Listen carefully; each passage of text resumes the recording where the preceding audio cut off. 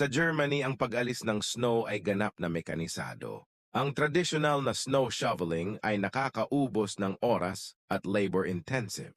Kaya nakabuo sila ng iba't ibang malalaking snow removal machine.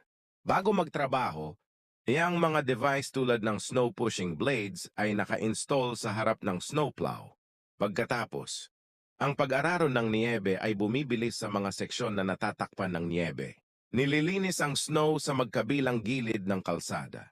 Pagkatapos inililipat ng makinang ito ang niyebe.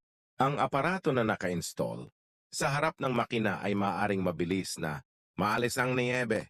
Itinutulak nito ang niyebe sa pasukan ng niyebe sa pamamagitan ng dalawang mechanical na braso. Pagkatapos, sa kahabaan ng conveyor belt, ang niyebe ay inilalagay sa truck ng paglilipat sa likod. Sa wakas, dadalhin ng transfer truck ang snow sa punto ng pagkatunaw.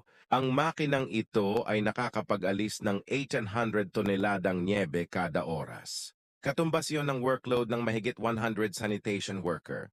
Bilang karagdagan sa snow sa kalsada, ang kanilang mga runway sa paliparan ay madaling kapitan ng yelo. Para dito, binuo nila itong giant icebreaker.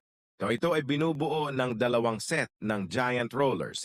Merong 588 steel teeth na naka-install sa rollers kung saan dumaan ang mga bakal ng ngipin.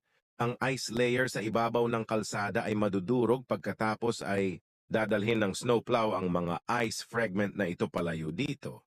Ang makina ay maaaring makabasag ng yelo sa loob ng di 20 pesong kilometro bawat oras na lubos na nagpapabuti sa kahusayan ng pag-alis ng snow at yelo sa paliparan.